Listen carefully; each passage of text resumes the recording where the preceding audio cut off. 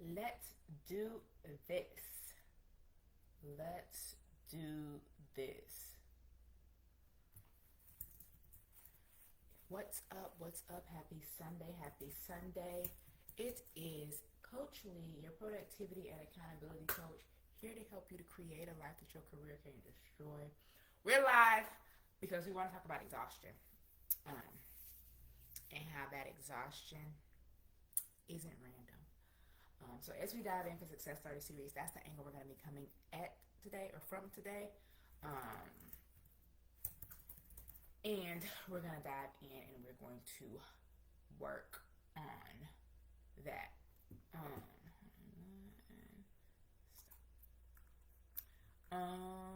What is this doing? Oh, it's my computer is it's doing something different than I wanted to do. But we're gonna fix that. No worries, no issue.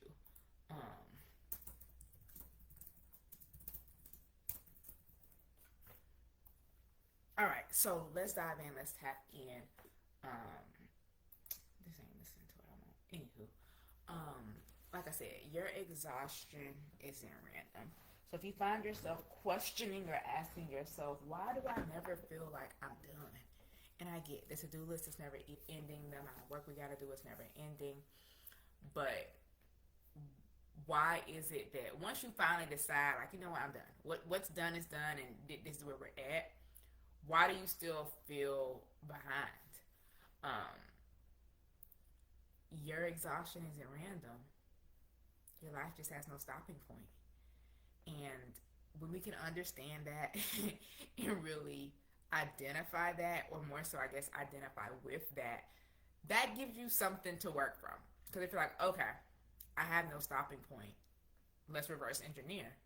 Let's create one.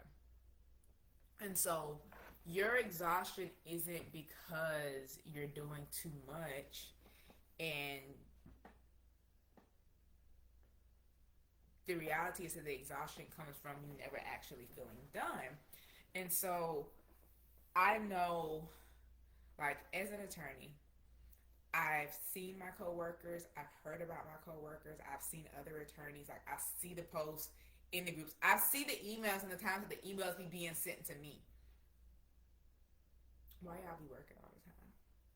And sometimes, okay, fine. You logged off, you left, you finished work, but you don't feel like you're done. And so today I want to come at it from that angle because, again, as an attorney, like, I understand attorneys, but you can listen to this and you can say, okay, what is this? Where she's giving this legal example, where is that in my life? Because the solution might be there too. And so I want to talk about the feeling of feeling behind, mentally behind especially, even after you've worked a full day. And that's assuming we're talking about a full day where you got off on time. Let's not talk about the full days where you worked late or even brought work home. And so we're going to dive in and we're going to use the lean method to really walk through this and talk through this. And I hope that at the end of the day, you're able to see where and or why your schedule has no stopping points. You're able to understand why there's no closure or you haven't created this closure. And you're able to understand that your brain is wired. It's wired to seek completion, to seek doneness. And without this sense of completion or doneness, stress can remain. Stress will remain, even when the workday is done. And so let's start first with asking yourself, do you actually constantly feel behind? Do unfinished tasks or ideas follow you into the wee hours? Whether that be simply the evenings after getting work, or you find yourself not being able to go to sleep, or you wake up in the middle of the night thinking about this unfinished work. Do you find yourself struggling to mentally and maybe even physically shut down? I know that as attorneys, as public defenders, we have high caseloads. but is it as high as it could be? And this isn't me saying push the envelope. Because sometimes I look at it and think about how there were these additional roles, there were these additional responsibilities that I used to have, like when I was an attorney, that I don't have now. But I can look at that on the flip side and say, like, yes, the number of cases might be lower now, but the amount of work it takes me to get through them is higher. And so there's this ebb and flow and there's this balance. But no matter what the number of cases is, even if you have one case, you can still make that one case fill all day. And so it's not the workload itself that's the problem. Yes, there are going to be times or phases to where like the workload feels insurmountable or unbearable or whatever. But generally speaking, it's not the workload. It's the way in which you care so deeply for your career and for your job that you find yourself bringing this work home, working on these side quests, these side projects, doing these little things to make life better.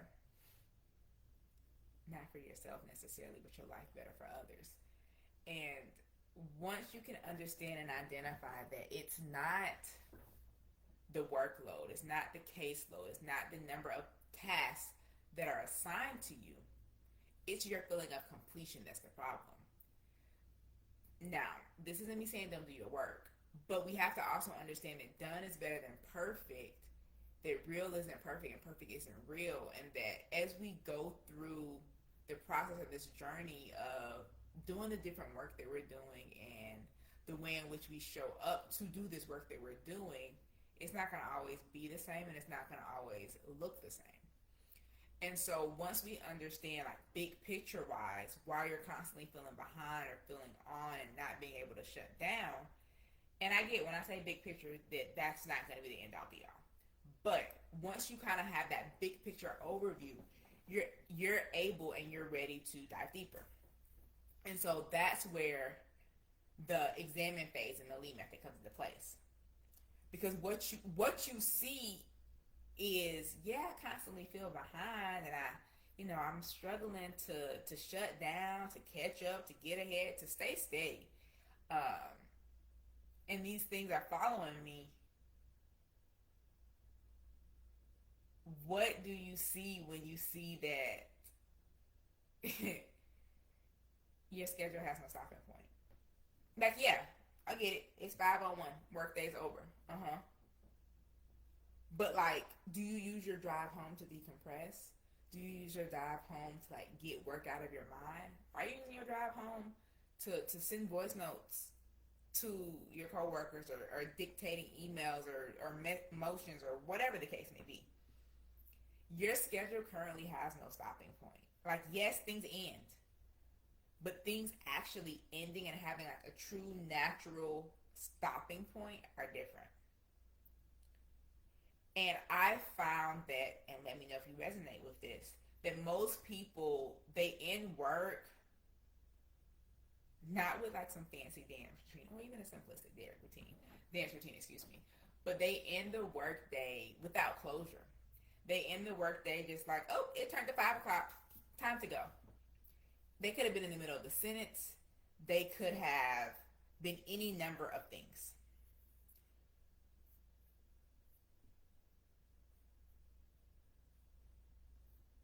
Okay. You in the middle of this project and you just left. And now, this ain't me telling you to work late. But what I'm saying is you have no shutdown routine. Like, and we're going to talk about that like in the next step when we really talk about that execution phase. But big picture, you're saying that this schedule, it just keeps going. It's like a never-ending to-do list. But what have you put in place is going to help it to have a stopping point, a natural or self-imposed one. Preferably not necessarily self-imposed, so it could be, like if you're driving, it could be you hitting that tree. That's what stops or slows you down. Now, I get that you are tired. I get that we get tired, and I'm not negating your sleep. When you decided that you were booking this trip or this vacation or this item, what was the plan?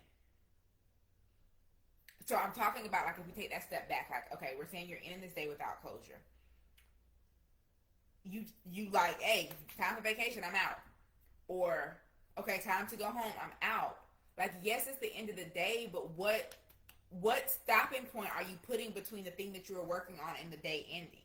And what stopping point, because by having this natural stopping point, you give yourself a natural starting point so that when you come in tomorrow, you know where to pick up. You know what to jump into. You know what it is and where it is that you're focusing on. And so while most of you are ending this day and the work day without any type of structure, you quit because it's 5:01. You quit because you're tired, not because you're complete. And again, this isn't to say stay late, finish the work, finish the project, but are you closing the loop? Because if you see, oh, it turned to 5:01, I'm just dropping the pin, and you were in the middle of the sentence, that tab is still open in your brain. You were in the middle of the email, and you just got up and walked off. That tab is still open in your brain. You were, now I know you ain't gonna get up and just walk off in the middle of a phone call, but for the extremes, you were on a phone call and you just put the customer on hold or hung up on them. That tab is still open in your brain. And whether you realize this or not, our brain craves completion. And that's why sometimes you get that dopamine hit when you check something off the to-do list and when you say that you've completed something. And without our brain having that sense of completion that it so desperately craves, you're going to find yourself in active stress modes because all these loops are opening, which means your brain is having to fire on all cylinders, which means more energy is being expelled or depleted from both the natural aspect in terms of, what's the word that I wanted to use? Like, these mental loops, are open, and so naturally you're exhausting yourself because you're having to exert all this force. But on the emotional side, and more so that mental side, well, no, I guess that's more so the emotional and mental side. But in the physical, you just dropped your pen and you just ran off. We've got to start closing loops. And in order to close the loops, that's where execution comes into place. This is where you're taking action. This is where you're thinking about that daily shutdown routine that you didn't have before, but now we're going to talk about creating it. When you go to wind down, and so I have this like mini to-do list, and so I'm putting my one thing for the day on here because a friend of mine told me about the book, The One Thing, about a month or so ago. I'm still waiting for that book to come in. Actually, did I request it? I don't remember. Anywho, I digress. And essentially it's about doing one thing. Like each day you commit to doing one thing. And so I've been writing my one thing list because it's literally seven lines on here, so just enough for the week, which is probably why I was called my to-do list. But nonetheless, I digress. And so because your brain is craving this completion, like, what would it look like for you to create this daily shutdown list, this daily wind down list, this daily, what was the word I was going to say?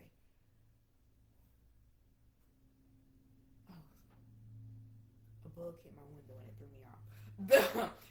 This daily shutdown routine that you're working to create, for me, mine looks like looking at my calendar for tomorrow to make sure I know what's on it. Based off what's on my calendar for tomorrow, what am I creating as my to-do list for tomorrow? It's closing. Now, when I say I close the tabs, let's not talk about how many tabs I have open, but I power down my computer every day. I force restart it and all the things. So it's closing the tab so that I know, because I have so many tabs that I like to leave open, and that's going to affect the CPU, the memory on the computer, all those things. But what does your shutdown list need to include?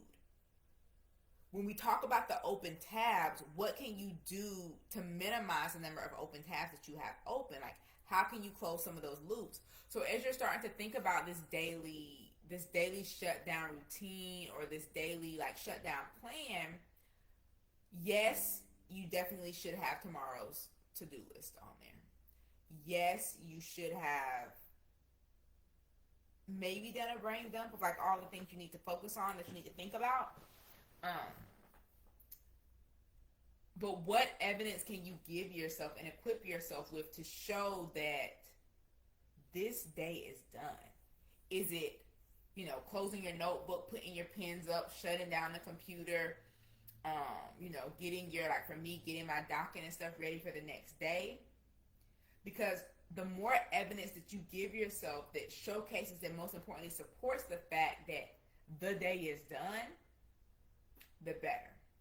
Because more hours is never really the answer. Because the more hours that you have, the more that you're going to feel them. And yes, I get we're talking about being productive and getting things done. But the more you're also going to think that you can now feel them. Like, oh, that means I can sleep another hour because I was able to get all these things done. Oh, that means I can do, you're going to start feeling them, but not with the thing that you claim you wanted to be able to fill them with in the first place. The tasks and the things that are going to move you forward. And so understand that more hours isn't what you need, but closure of some of those open loops and open tabs is definitely what you need. Because the more open loops that you close, the quieter your mind, your brain, your whatever, the quieter essentially you get in the thought of that. And so once we have taken the time to really look and identify the reason that you're behind and, is there a struggle or is there an issue when it comes to like mentally actually shutting down, then you are able to really examine your schedule or lack thereof. Is there a starting point? How did I get here without a starting point?